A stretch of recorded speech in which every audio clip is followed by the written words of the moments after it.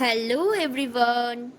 এতদিন পর্যন্ত তোমাদের সাথে অনেক ধরনের রেসিপি শেয়ার করেছি, কিন্তু যেই গরম পড়েছে তাতে মনে হচ্ছে ঠান্ডা ঠান্ডা কিছু রেসিপি ট্রাই করা যাক। তাই আজকে বানাতে চলেছি হোমমেড চকলেট আইসক্রিম, যেটা কিন্তু বাচ্চার থেকে বড় সবারই ভীষণ পছন্দের একটা জিনিস। তাহলে চলো দেরি না করে ঝটপট রেসিপিটা আগানো যাক। এখানে আমি 123 গ্রামের একটা ডেইরি মিল্কের প্যাকেট নিয়ে নিয়েছি। তোমরা চাইলে 10 টাকা দামের যে ছোটো ডেইরি মিল্কগুলো পাওয়া যায় সেটাও ইউজ করতে পারবে, বাট এখানে কিন্তু আমার ফুল প্যাকেটটা লাগেনি। প্রথমেই আমি 1 গ্লাস লিকুইড মিল্ক নিয়ে নিয়েছি আর হাফ গ্লাস নর্মাল জল।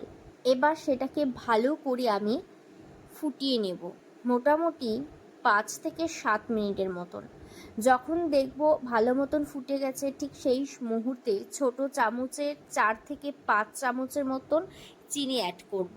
এবার চিনি আর দুধটাকে ভালো করে ফুটিয়ে নিব মোটামুটি 10 থেকে 12 মিনিটের মতন। এরপর যখন দেখব একদম ঘনত্ব চলে আসছে দুধে, তখন সেই মুহূর্তে ডেইরি মিল্কের অর্ধেকের একটু বেশি পরিমাণ দিয়ে দিব, মানে অর্ধেকের থেকে একটু বেশি। তারপর কন্টিনিউয়াসলি কিন্তু নাড়াতে হবে। নামানোর ঠিক আগ মুহূর্তে স্টিম কমিয়ে আবারও কিছুক্ষণ নাড়িয়ে তারপর স্টিম বন্ধ করে দিয়ে আবারও হাতা দিয়ে কিছুক্ষণ নাড়িয়ে ঢাকা দিয়ে রেখে দেব ঠান্ডা হওয়ার জন্য। এরপর একটা বোল নিয়ে নাও, সেই বোলের মধ্যে বড় চামচের 4 চামচ ফ্রেশ ক্রিম ভালো করে ফেটিয়ে নাও, আর ছোট চামচের 3 চামচ কাস্টার্ড মিল্ক নিয়ে সেটাকেও ভালো করে ফেটিয়ে নাও।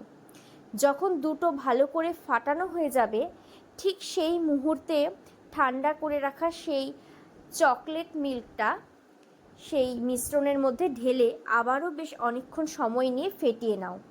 এরপর তার মধ্যে বারবন বিস্কুট আমি এখানে 3টা দিয়ে ছোট ছোট গুঁড়ো করে দিয়ে দিয়েছিলাম, আর একটা ডার্ক ফ্যান্টাসি। বাট এই দুটো কিন্তু একদমই অপশনাল, তোমরা চাইলে দিতেও পারো নাও দিতে পারো, বাট দিলে কিন্তু টেস্টটা দারুণ হয়। দিয়ে আবারও বেশ কিছুক্ষণ সময় নিয়ে ভালো করে নাড়িয়ে নাও।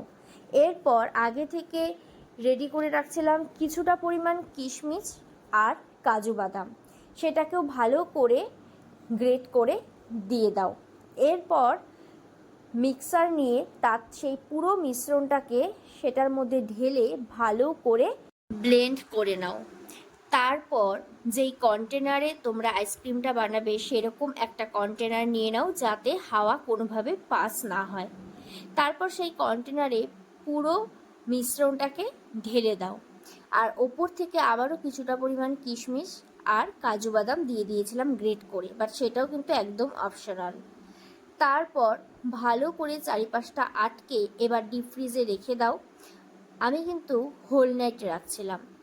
ব্যাস, তারপর দিন সকালবেলা ফ্রিজ থেকে নামিয়ে নিজেও খেলাম আর সবাইকে খাওয়ালাম।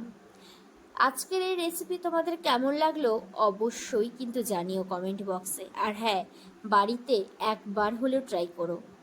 এবার চলো সবার থেকে রিভিউ নিয়ে নেওয়া যাক কার কেমন লাগলো। কেমন হয়েছে আইসক্রিমটা? অসাধারণ হচ্ছে, অসাধারণ। কারণ আর আমি একটাই কথা বলবো, যারা এই চ্যানেলটাকে ফলো করে বা যারা এই চ্যানেলের ভিডিওগুলো দেখে, তারা একবার এই রেসিপির মতন করে বানিয়ে দেখো। ট্রাস্ট মি, মানে দোকানে থেকে আনা আইসক্রিমের মতনই লাগবে। মানে কোনো যদি গেস্ট আসে বাড়িতে, আমরা যদি এটাকে সার্ভ করি, তাহলে তারা বলবে না যে এটা হোমমেড, একদম দোকানের মতন, মানে অসাধারণ হচ্ছে। সবাইকে বলবো একবার বাড়িতে প্লিজ বানিয়ে ট্রাই করো এবং কমেন্টে জানাবে কেমন হয়।